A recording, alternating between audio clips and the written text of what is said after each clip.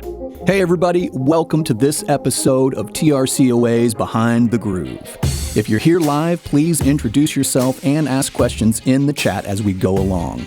This episode is sponsored by Stinson Recording Studios. Also, if you find this content useful, please like this video, and if you are new, please subscribe to our channel. We make new content every week. Today we are proud to have Ben Kliever. He's going to cover signal flow from the microphone to Pro Tools. Ben is the owner of Nebula 88 Studios and one of TRCOA's beginning recording techniques instructors. Without further ado, Ben Kliever. Hey everybody, welcome back to TRCOA's Behind the Groove seminar. I'm Ben Kliever and we're going to be taking a look at another lesson tonight.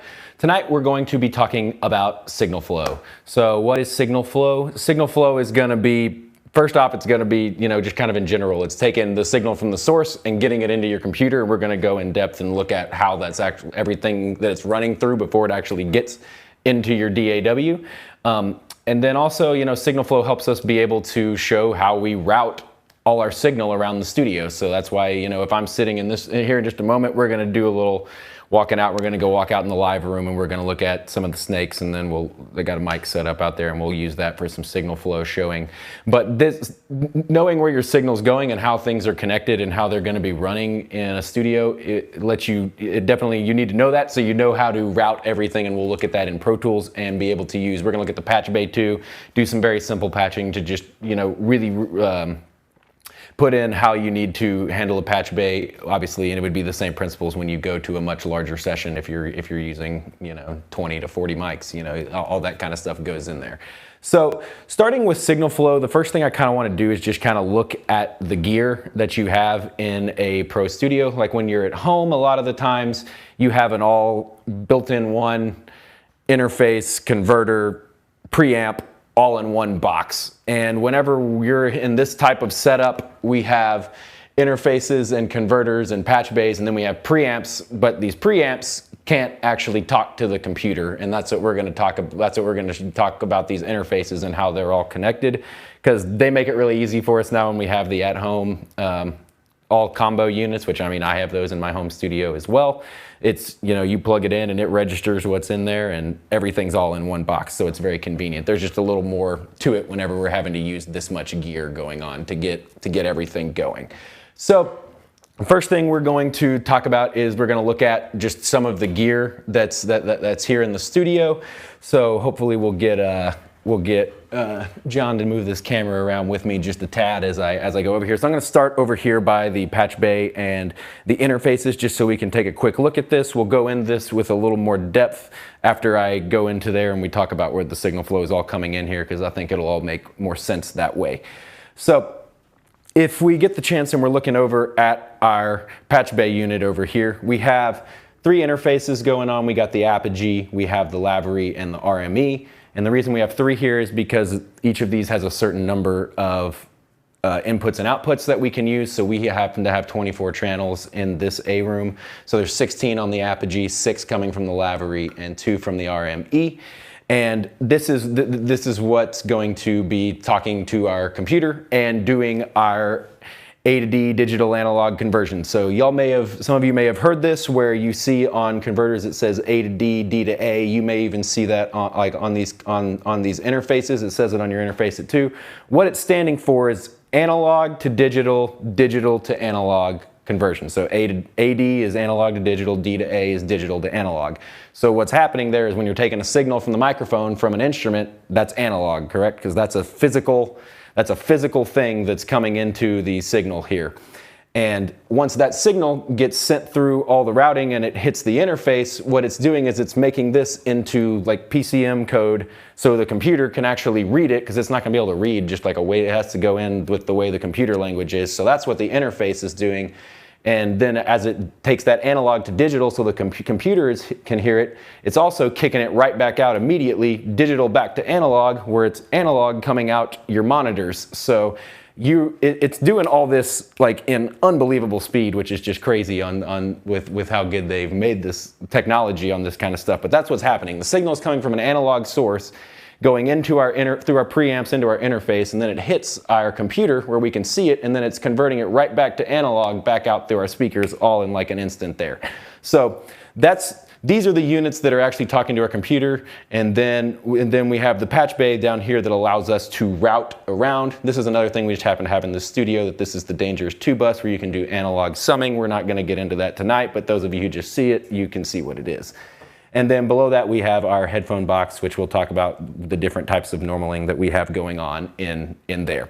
So this is our patch bay and interface, and we're going to come back and hit this again here in just a minute, just a little bit more in depth. I just want to kind of get that started so you can see, start to think about what I'm looking at here. So these are all what's talking to the computer and letting these signals connect to here, because now over here we have preamps, and this is what actually, like I'm looking over at the Heritage now because we'll be using this on our DI. So preamps here are what's going to actually power our microphone, let us actually drive the signal and get it to where we want the sound of whatever our source is. Tonight it's going to be an acoustic guitar.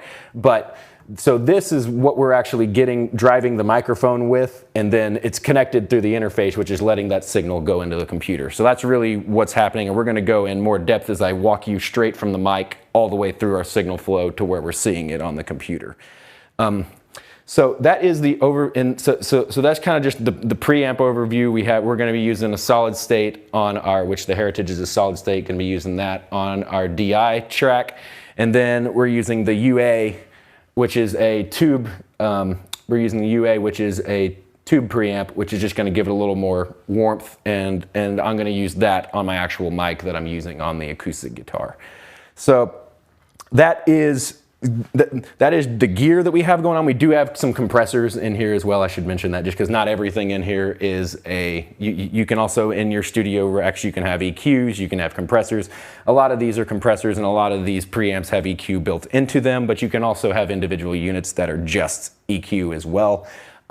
So these are other options that we can patch into from our preamps. Just so you know, we're probably not going to get into much of the outboard compression tonight, but just know that this is a common thing to see in all studios, like distressors and APIs and Manley compressors. This is stuff that you're going to see all over the place where there's tubes and solid states and different types of those. So that is what's all going on through the gear that we have in the studio in here that we're going to be using to record with. The next thing I want to do is, just before we go out there, is we're going to talk about our signal flow. So I'm going to go out there, and actually I'm going to go out to the A room here in just right now, and we're going to go take a look at that. The big thing we want to think, which is I'm going to say it now, I'm probably going to say it a ton of times in this lesson because it's the most important thing, is where the signal is starting. It's going to be mic to our snake, to our patch bay, to our preamp, back to our patch bay. And then it hits our interface, and then that's what's going to our computer, and then it does everything. Then it comes back out from there. But we'll look at that physically here in just a moment. And now I'm going to go out there and we're going to take a look at the. I'm going to take a look. Thanks for checking in, JG. Appreciate it. Thanks everyone else that's in tonight. And we're going to go out to the live room. We're going to take a look at our signal flow that we got going on out there. Okay guys, so hopefully y'all can see me. I'm just going to take a quick seat over here for just a moment. So we're going to talk about our signal flow right quick, and what I'm going to do is I'm going to start from the mic just so we can see where this is connecting and what this is going to, and then that's what we're going to do. So we're starting with the microphone here, and this is the TLM 103 that I'm going to have looking at my acoustic guitar. I'm going to come play here in a moment, and I'm going to line that up right around my 12th fret is what I'm going to be looking at to do here.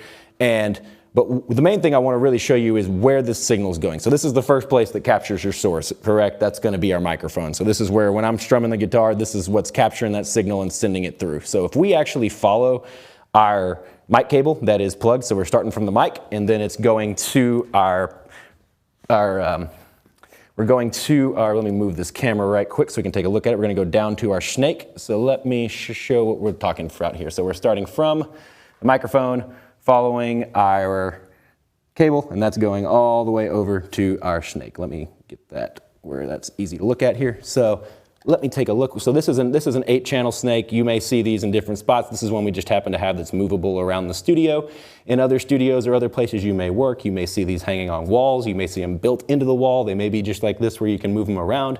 They may be 32 channels. They could be 4 channels. There could be 16. There's all different sizes of these. So just remember, the main thing for a snake is it's a routing option. It allows us to plug microphone cables in and send the cables from where this is connected into our patch bay and into our studio room. So what we have set up, I was saying earlier, so we have a microphone that is going into our UA1 preamp over here, which this happens to be normaled into that. And we're going to talk about normaling more in the patch bay, but what that means is that we have it set up here with the routing that when I plug into that certain one, it goes straight to that preamp without me having to do anything on the patch bay. Now over here to the right, I do have a Whirlwind DI box that I'm going to be plugging directly into the DI of the acoustic guitar. I always just like to take this. Doesn't mean I'm always going to use it if I have enough space for it, but it's something I like to blend in sometimes with picking or with leads. Not too much with rhythm, though I really don't like the way it sounds, but because it can be too thin. But always having it is a good choice. And then that's going straight from our DI box from the mic cable back into the snake into another channel, which is just going into snake channel 1 up here. And I'm going to patch that because I want to use a different preamp than what is normaled here. So I just want you to kind of have that in mind. And then as the signal flow goes, this is just for other studios when you're thinking about this, this is going down into the walls and getting moved. And then it connects back into the studio room. So I'm going to go back into the control room and continue where we left off from there.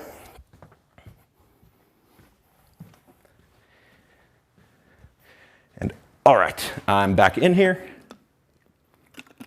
And we're gonna take a look at the patch bay is where we're gonna start with this so we can see what we are looking at here. So just for example, when we're looking at this patch bay, I have all my stuff turned off, so I'm gonna pull this for just a moment and then I'll repatch this.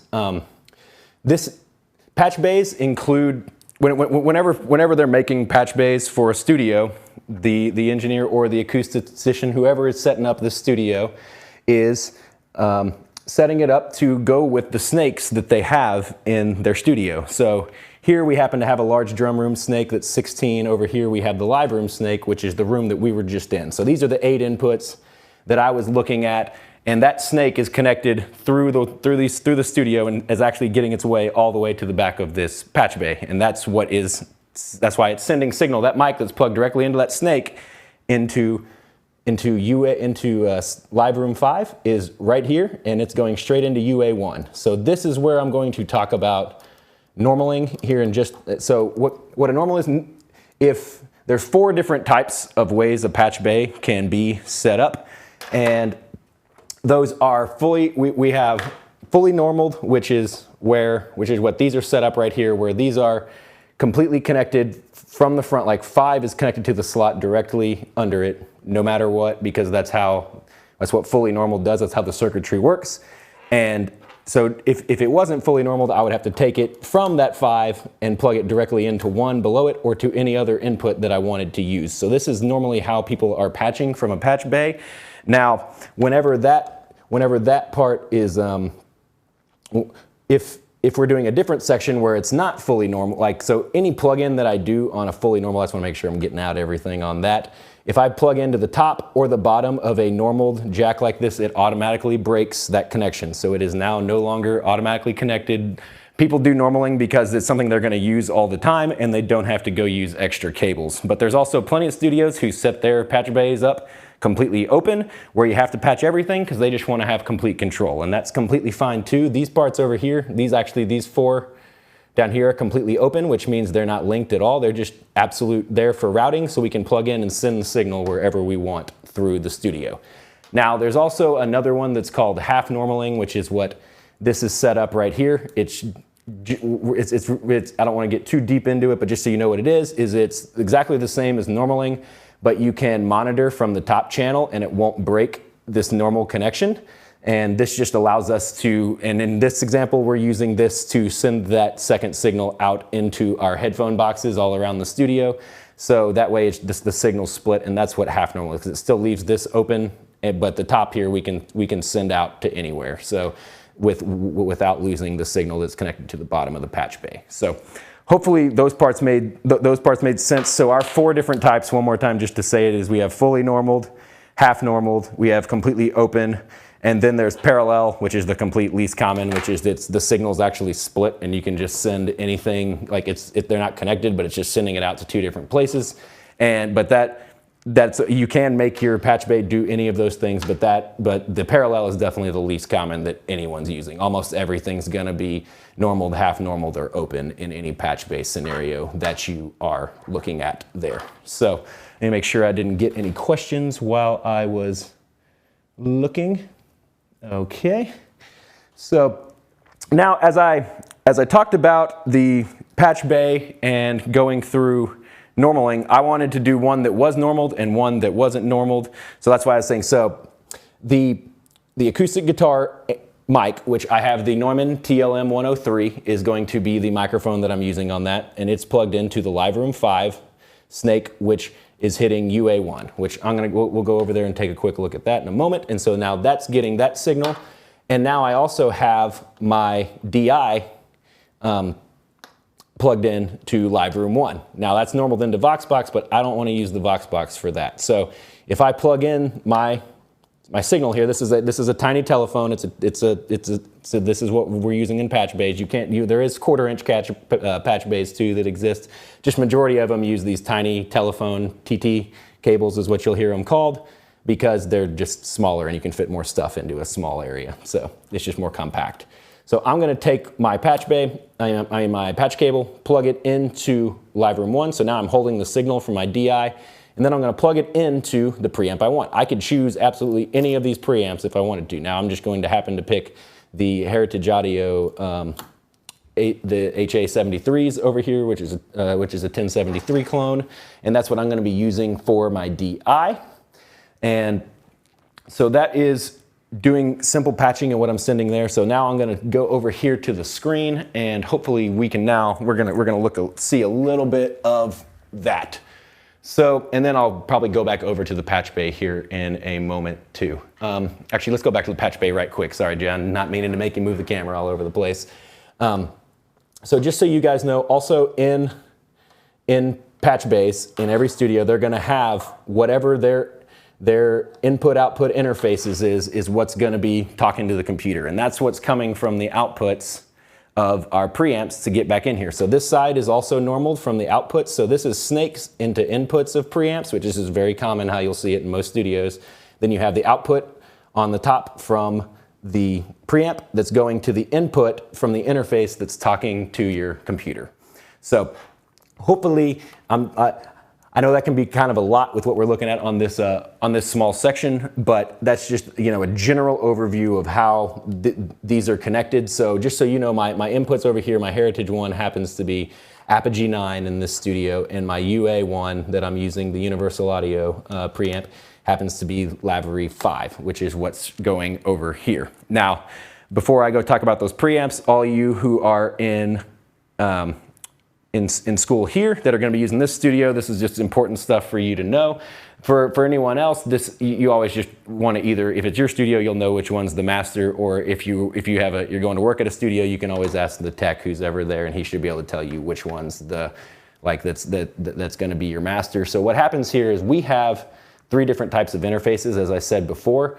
Now, these are very accurate and they work really well, but you can imagine all this stuff is happening in like fractions of a second. So all these made from different companies technically reach the computer at like milliseconds of different time, which, for the most part, it's not going to be too noticeable. But if you want everything to be as tight as possible, which is going to give you the punchiest, cleanest sound, then we want to have all these synced. And on the back of all these interfaces, there is a cable that counts like a coax cable for for cable, like cable TV kind of looking thing, and it's called a word clock cable. And what this does is you take it, like the Lavery here, for those of you who don't know at TRCOA, this is our master word clock that is syncing all the time for all our interfaces. So this is from the outputs of these two are linked, plugged into the back of the Lavery here, so that they're synced off the word clock of the library. So no matter which one of these you're using, they're all hitting the computer at the same time. So you're not having any latency issues between any different interfaces you are using. Now, in general, staying on one interface is usually ideal if you have like one unit there or whatever, but it's like when you have the word clock in, that's what makes it great, is all those are going to be hitting at the same time. So that is the overview kind of on the interfaces and what's going on here. So these are all able to talk to the computer. This is the main one that we're sending to the computer, even though this is the master clock, but each of these is also doing the A to D, D to A conversion like I was talking about earlier. Now, as I said at the beginning, just for those of you who are students here, this will make it a little easier for anyone else. There's a lot of studios they'll either have their own labels like they're doing that lines up with what their interface is, or the Pro Tools stock will just say like A 1 through 16, B 1 through 16, C 1 through 16. So it just depends on how each studio can be set up differently in this part on what their inputs actually say. But one thing that I just want to show you all that are newer to this, that are just getting into tracking. You can see now these are all three of our different interfaces we have. So you can see the apogee. We have 16 channels of apogee. Here's our Lavery and our 6 channels of that, and then our 2 channels of RME. So this is our 24 inputs that we have that we can track at one time from this room in here. And I have that set up in Lavery 5, just happens to line up with the UA1, which is the 610 preamp.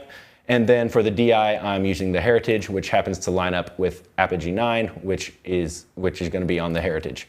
So let me make sure I don't have any other questions that I want to show you on that. And just if y'all ever wanted to know, I just want you to see this image so you know, like when you go to IOs, you can actually see all these inputs and outputs directly in here, where you can see all the apogees 1 and 2 and how they're actually connected and going through here, which you can see this is analog and AES on those ones. And so you can just see exactly where they're actually going. So that is within the IO section. Yes, definitely must have the clock. Okay, so now the next thing I'm going to do is I'm going to show our signal. I want to make sure I've covered everything I wanted to cover on that. So again, I got the Heritage on the DI, got the 610 on the UA, and I'm going to go out there and I'm going to go play a few chords just so we can see some recording that's going on here. So I'm going to turn on my record enable here. Now you can actually see with my mic, if I clap here, you can actually see it even, because I have a condenser in there, so it's very sensitive. You can already see it kind of jump just a little bit already on the input, which is showing that I have all my patching and all my signal flows going correctly, and that's what's going through here. So let me go ahead. I'm going to just press record on these two because I have both of them enabled. I'm going to go play, and then we'll clean it up, and then we will talk about from there. And if y'all have any other questions, please think of those while I go do this playing right quick, and then I will be happy to answer them for you. All right, so here we go. I'm going to walk into the room. Okay, get set here. All right, this is a little piece for I'm part of Count of Tuscany by Dream Theater. So.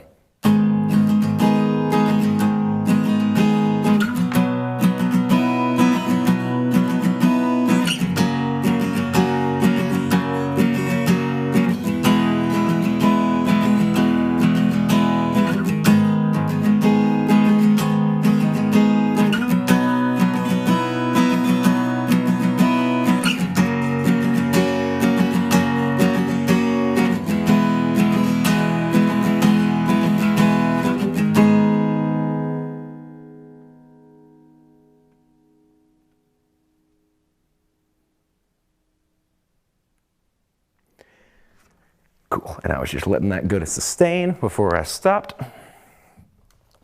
So that was me just doing my recording. Just for acoustic guitar, for those of y'all while I'm sitting in here, I'll be glad to explain this for just a second. So what I'm looking at here, I mean, I'm a big fan of putting single mics on acoustic guitars already, because a lot of times if it's a mono source, I'm kind of keeping it mono in that. Unless I'm doing just like a big, huge acoustic production thing, like where it's playing by itself, I may do some extra ones. But for the most part, if it's something that's going into a song, I really like the sound of single mics on there. And with this, what I'm looking at is I'm taking my large diaphragm. I like small diaphragms too. They're just going to be more brighter. So just always think about what the project is asking for when you're choosing your microphone.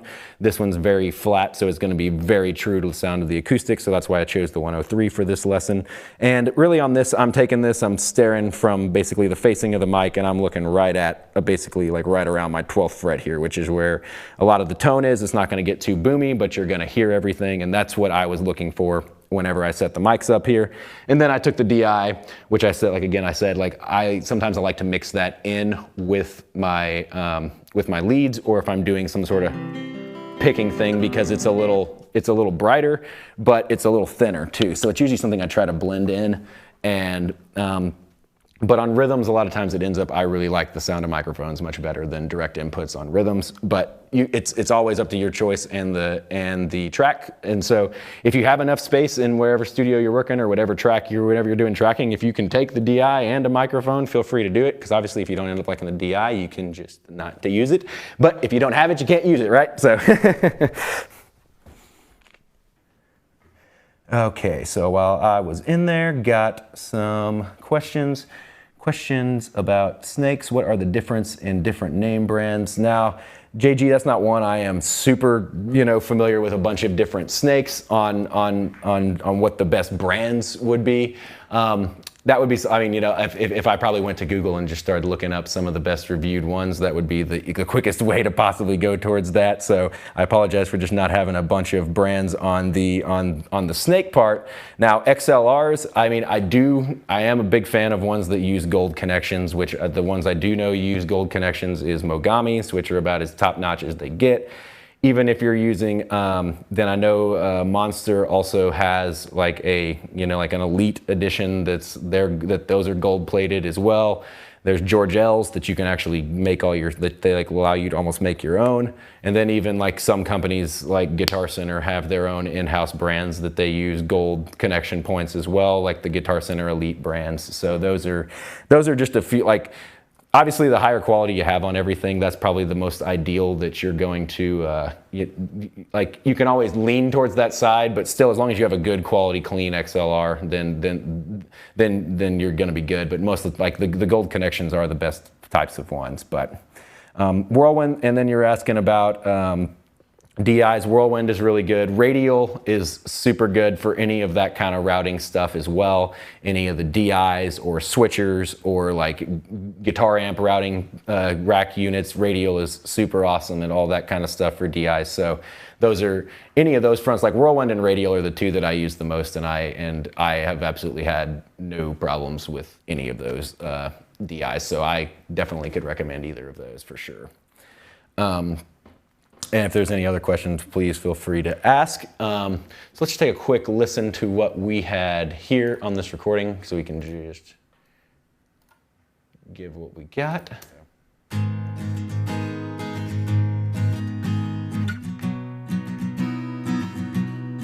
So there's our microphone. There's our DI. You can see it's just a lot thinner, but then once you kind of have them blended together, it might be something where you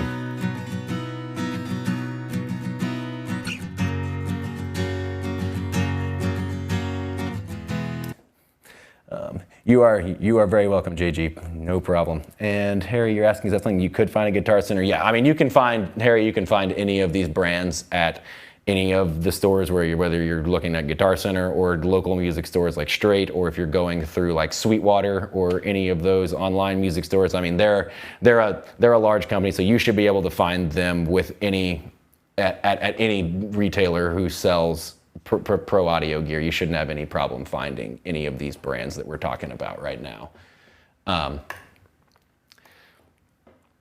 So this one got those questions answered. So for the most part, you can see the main thing I wanted to go through was, for those of you who are newer to this, seeing the signal flow going through the patch bay, and then seeing it come from the mic, go into the snake, come into the snake into our patch bay, come out of our patch bay is hitting our preamp, which is then driving the signal, where it goes back to the patch bay, which is then routing it into the interface, which is then sending it straight into Pro Tools here, which is what's letting us see that. So again, that's going to be the big thing that I was saying, like that's the signal flow. You never want to forget that. It's mic to snake, snake to patch, patch to pre to patch, patch to interface, and then the interface to your computer. So just always keep that in mind. Mic to snake, snake to patch, patch to pre to patch, patch back to interface, interface to computer. So that's something that you kind of want to get drilled into your head, because if like anytime you're in a session, I mean, I've been in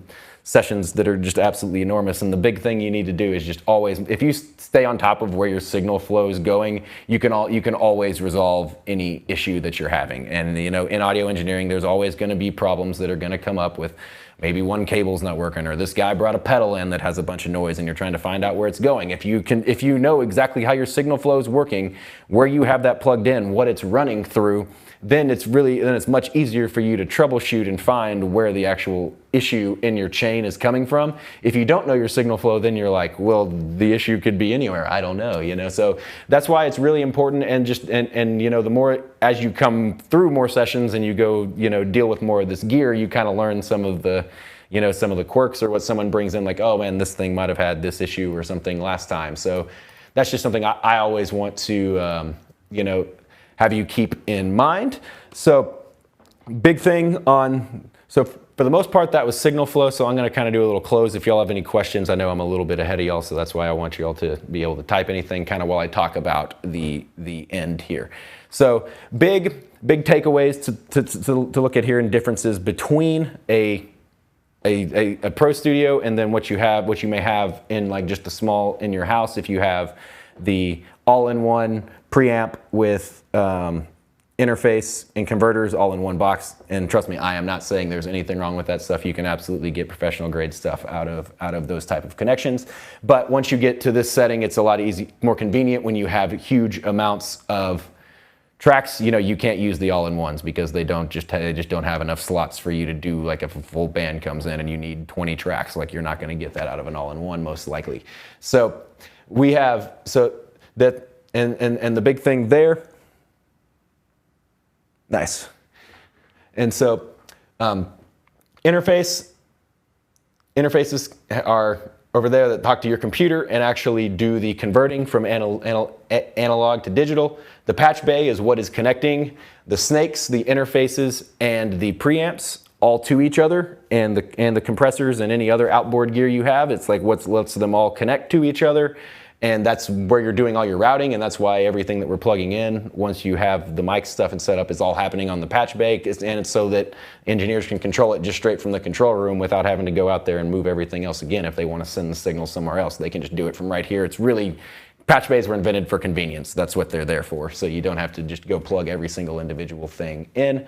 And then on the preamps, obviously, and then these are these are pro level preamps, so sometimes your preamps might not be as powerful as these level of preamps are too. So that's another difference, and you can just get more sonic differences when you have different preamps that you can run through a patch bay. So that is the overview of what's going on between our signal flow from studio, from mic, one final time, mic to our snake, to our patch bay, from our patch bay to our preamps, from our preamps back to our patch bay, into our interfaces, which is then talking to the computer. And that is our lesson on signal flow. I hope that was helpful for you guys, and that will just get your mind thinking about where your signals, always think about where it's going. Like, I mean, the way that Brad always taught it, one of the other teachers here, is think of it like water running through these pipes, and you can always be like, if there's a break in the pipe, the water's going to get out, right? So think of your signal the same way. If you keep everything tight and know where it's going, you're always going to be in control. So that is the signal flow on patch bays, interfaces, and just tracking around the studio and routing. I hope that was helpful for everybody. Thank you so much for watching. Y'all have a great rest of the week, and we will catch you next time. Later. Thanks everybody for watching. If you found this content useful, please like this video. It will tell YouTube to show it to others. If you are enrolled, please go to the Seminars tab on the my.trcoa website and take the quiz over tonight's lesson. And if you need to book one-on-one time with an instructor, text 512-231-0344. If you aren't enrolled, go to trcoa.edu to find out more information about what we do. Also, please post in the chat subjects you'd like to see for our upcoming live streams. And as always, subscribe to our channel, and we'll see you guys on the flip side. Bye, everybody.